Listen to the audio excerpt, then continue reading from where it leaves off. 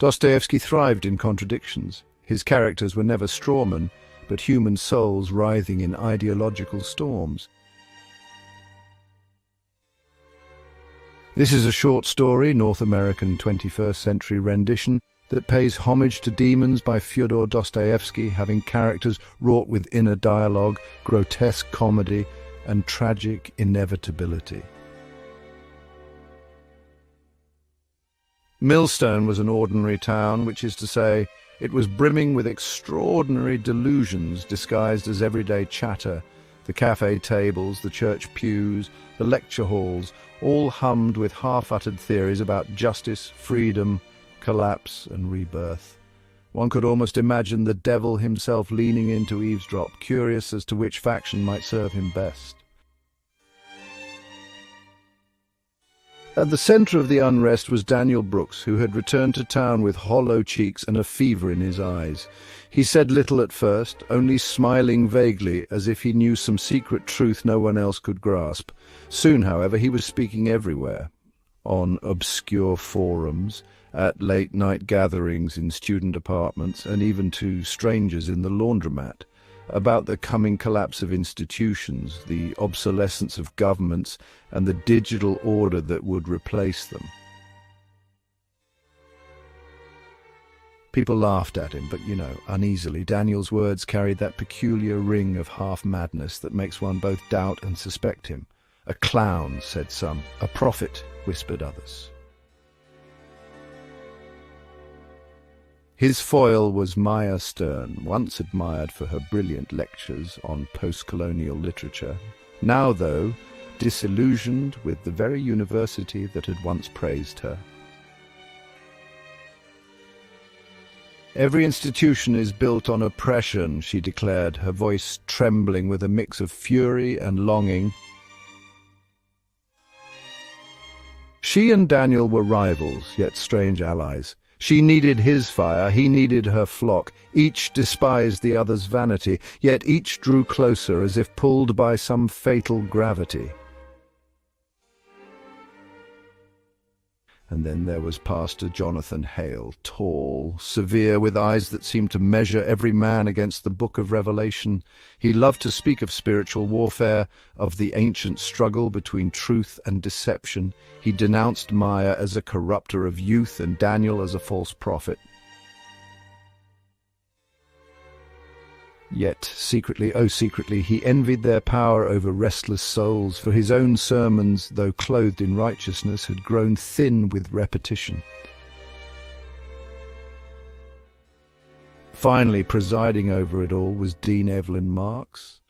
Calm, pragmatic, endlessly diplomatic. She despised fanaticism, yet she knew all too well that her very moderation, her committees, her compromises, her tepid reforms would be painted as betrayal by all sides.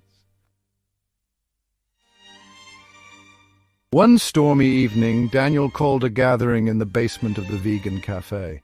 The room was hot, packed, and electric with impatience. Urging liberation, abolishing structures, justice at all costs. The crowd cheered. Daniel followed, but he did not cheer. He whispered, cold and mesmerizing, "The future is already here. Everything you believe in, nation, morality, even the idea of truth, was programmed into you.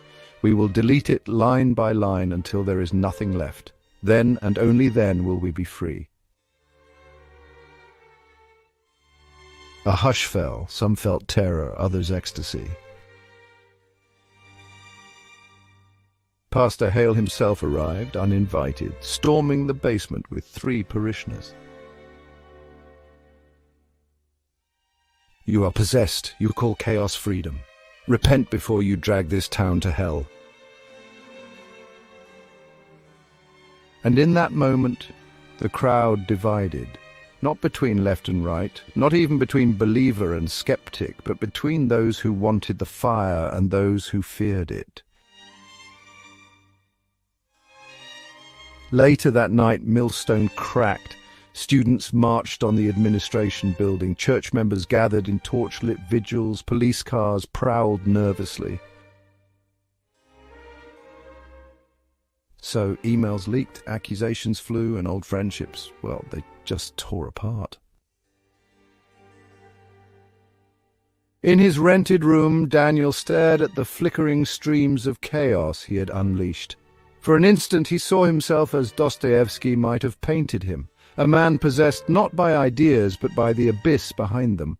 He realized, with both horror and delight, that he was not guiding the fire but being consumed by it. The next morning, Evelyn still signed paperwork, Hale still preached, Maya still rallied, but Daniel was gone. Some said he had fled the town, others that he had joined some shadowy commune. One rumor whispered that he had drowned himself in the river. Millstone endured, though nothing was settled. The air seemed heavier, the people more suspicious, as though some dark seed had been planted among them. The fire had not burned out, it had only gone underground, waiting. And perhaps Dostoevsky would have smiled grimly at this, that demons, once invited, never truly leave.